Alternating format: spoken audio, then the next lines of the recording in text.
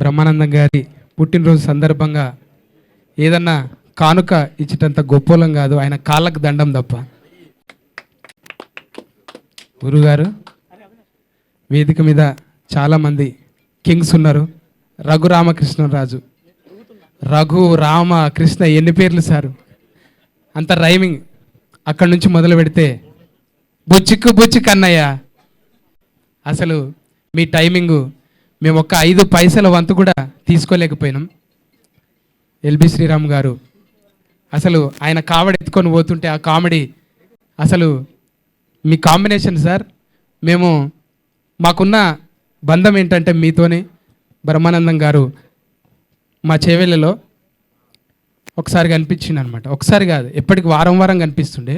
ఏం సార్ ఇక్కడ police station పక్కన తిరుగుతున్నారు అంటే, ఆయన వాల్ పోస్టర్లు పోలీస్ స్టేషన్ గోడ మీదనే ఉంటుండే అనమాట. ఇప్పుడంటే సోషల్ మీడియాలో ట్రైలర్ చూసిపోతున్నాం, అప్పుడు వాల్ పోస్టర్లు చూసే పోతుండే. అక్కడ సార్ బొమ్మ ఉంటేనే, సార్ ఫోటో ఉంటేనే టాకీసులు ఉంటుంటాం మేము. ఏం లేకున్నా సరే సార్ బొమ్మ ఒకటి కనిపిస్తే అమ్మ నవ్వుకోవచ్చు అనిపోతుండే. సార్ మిమ్మల్ని బదలాం చేసిన 2-3 సార్లు నేను మా ఇంట్లో. మా పెళ్ళం అంటుండే, ఏం పోతావు సినిమాల్లో, మనమేమో వ్యవసాయ కుటుంబం, నువ్వు పోయి గంటల చేరితే ఇప్పటికే పిల్లలు అయ్యారు, 3 పిల్లలు, 1/4 డజన్ మంది పిల్లల్ని పెట్టుకొని చేను పని నడిచిపెట్టి నువ్వు సినిమాల్లో పోతాంటే, ఏదన్నా ఒక రోజు నాకు వస్తుంది అయల్లా బ్రహ్మానందం సార్ బయట వస్తే జనాలు ఫోటోలు దిగుతారు కదా, అట్లే నన్ను కూడా ఎగబడి దిగుతారే అని బదలాం చేసిన సార్. నిజంగా మీ అందరి ఆశీర్వాదం వల్ల ఫోటోలు అయితే దిగుతున్నారు. అయితే అసొంటి సార్ను మా ఇంటికి ఇన్వైట్ చేయాలనుకున్నా. ఒక ఇల్లు కొనుక్కున్న సార్ మీరు రావాలి అని అడిగేటంత ధైర్యం లేదు. మళ్ళా రచరవి నాలాంటి పిచ్చి రవులు చాలామంది ఉండొచ్చు, కానీ అడిగిన తమ్ముడు రచరవిని, తమ్మి వస్తాడా అంటే, ఎందుకు డార్లింగ్ నేను తోలుకొస్తా నీకు అన్నాడు గట్టిగా. నిజంగానే వట్టిగా నేను ఇగో ఏం లేదు సార్ నువ్వు కాళ్ళకు దండం పెట్టా అన్నాడు. అమ్మాయి రెమ్యునరేషన్ తీసుకునేటోళ్ళు కూడా కాళ్ళకు దండం అంటే ఇంత పవర్ ఉంటుందా? మరి వంగితే చాలు, తగ్గేదే లేదా కదా. తగ్గి ఉంటే ఎన్నో పనులు అవుతాయి. నిజంగానే తగ్గేదేలే అంటే అల్లు అర్జున్ కుదిరింది, నాకు కుదరదు కదా, తగ్గాలి. పెయ్యి కూడా తగ్గించిన, అందుకే మళ్ళా పాదాభివందనాలు సార్. అంటే తగ్గి ఉంటే పోయేదేమన్నది. ఏ కమెడియన్ అయినా ఎవరైనా సరే సినిమా నటులు బ్యాలెన్స్ తప్పుతుంటారు. ఎవడో ఒకడు కులపోడు వస్తాడు, అన్నా నీ వెనక ఎంతమంది తెలుసా, నువ్వు రా అన్న మా దాంట్లో నువ్వు తోపన్నా అంటే పోయి అరే కొడుకుల్లారా అంటాం మా ఇంత. తర్వాత చూసుకుంటే అమ్మ ఎవరు లేడేంద్రా, ఏడు పోయినరా జిందాబాద్ అమ్మా, ఇట్లా అవుతుంటుంది. అంటే బ్యాలెన్స్ తప్పకుండా, కాంట్రవర్సీ లేకుండా అది గురువు గారికి ఒక్కరికే సాధ్యం. అది ఎంతమంది ఎన్నిసార్లు ఇన్ఫ్లుయెన్స్ చేసినా కూడా అవునా అని ఒకరికి ఇప్పుడైతే నెక్స్ట్ ఎవర్రా అని అంటే సరే వస్తాం సార్ మేము అంటే అంత బ్యాలెన్స్ చేయగలిగిన ఒకే ఒక్కడు ఆ బ్రహ్మయ్య. మీకే కుదిరిందయ్యా అది. ఇంకా చాలా చెప్పాలని సార్ మీ గురించి, చాలా చెప్పాలని ఉన్నది.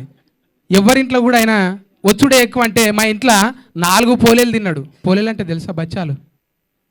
అరే ఏమున్నాయి రా సత్తిగా అంటే, నాకు చూడాలిగా ఉన్న 4 లేచి ఇలవడ్డాయి. మా పోరలు నీకు అంత క్లోజా అంటే ఏమనుకున్నావురా అంటే మేవాడా అని అంటుంటే వాళ్ళు బ్రహ్మానందం సార్ మనకు తెలుసు, మా ఇంట్లోకి వచ్చిండు. అబ్బా ఇక ఏ చుట్టాలు అందరి చుట్టాలను మర్చిపోయి సార్ చుట్టే తిరుగుతున్నాడు. నేను దించొస్తా పోరలు. అరే నీ కొడుకులు ఇంత పొడవైన రారా అంటే మరిగా సార్ బ్లెస్సింగ్ సార్. నిజంగా మా తప్పటడుగుల్ని సరి చేసుకోవడానికి మీరు ఒక సూత్రం సార్, మీరు ఒక సూత్రం.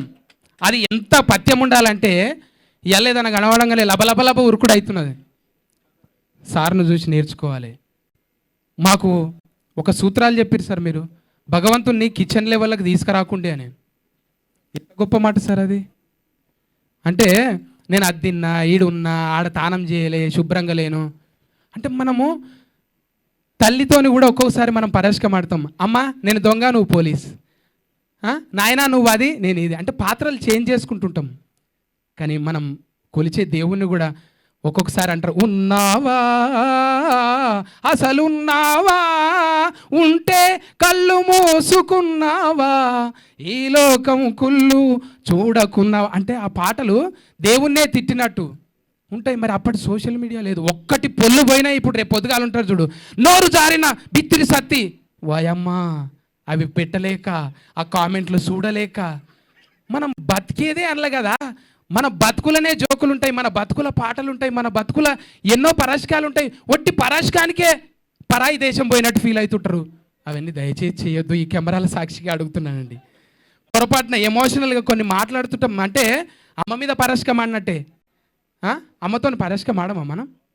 ఒక్కొక్కసారి అట్లనే మనం ఉండే జీవితాన్ని ఒక్కొక్కసారి కామెడీ చేయాలనుకొని, అందుకే ఆయన చాలా తెలివిగా ఎవరిని బాడీ షేమింగ్ ఉండదు, ఆయనకు ఆయనే చేసుకుంటాడు. ఇప్పుడు నేను ఎట్లయితే సందు పనులు అనుకుంటా, డొప్ప చెవులు అనుకుంటా, తొట్టి కడుపు అనుకుంటా, అట్లా మా మీద మేమే జోకులు వేసుకొని నవ్వించడానికి ప్రయత్నం చేసే, అది తప్ప కాంట్రవర్సీ ఎక్కడ ఉండదు. గురుగారిని ఆదర్శంగా తీసుకొని, గురుగారు మీకు నెంబర్ అనేది 70 అనేది ఒట్టిదే సార్, మీరు ఎన్ని తరాలు ఆ తరాలకు సరిపోయే మీరు కామెడీ బ్రహ్మ సార్, మీ ఆశీర్వాదం ఎప్పుడు ఉంటూ. 3వసారి గురుగారు ఇంకా మాట్లాడుకుంటూ పోతే ఎన్నిసార్లు అవుతుందో నాకే తెలియదు. గురువుగారు అంటే అన్నిసార్లు దగ్గరకు పోతే బ్లూటూత్ ఆన్ అవుతుంది, కొంచెమన్నా ఒక 5 పైసల మందమన్న నెత్తిలోకి వస్తుందేమని దగ్గరికి వచ్చుడు సార్. ఎప్పటికీ దగ్గరికి రాలేం కదా sir. Thank you sir. Raghubabu అన్నయ్య, అట్లనే ప్రగతి గారు, చాలామంది ఉన్నారు. మీ పేర్లు సార్, పృథ్వీ అన్నయ్య, థ్యాంక్ యూ అన్నయ్య. ఉత్తేజ అన్నయ్య అంతా ఉత్తేజపరచలేనేమో కానీ, TV5 మూర్తి అన్న ఎక్కడవే, అంత పూర్తిగా నేను మాట్లాడలేనేమో కానీ కొంచెం ఏదో మడత పెట్టి థ్యాంక్ యూ గురుగారు, థ్యాంక్ యూ. లాస్ట్ సార్ ఇది ఒక్కసారి.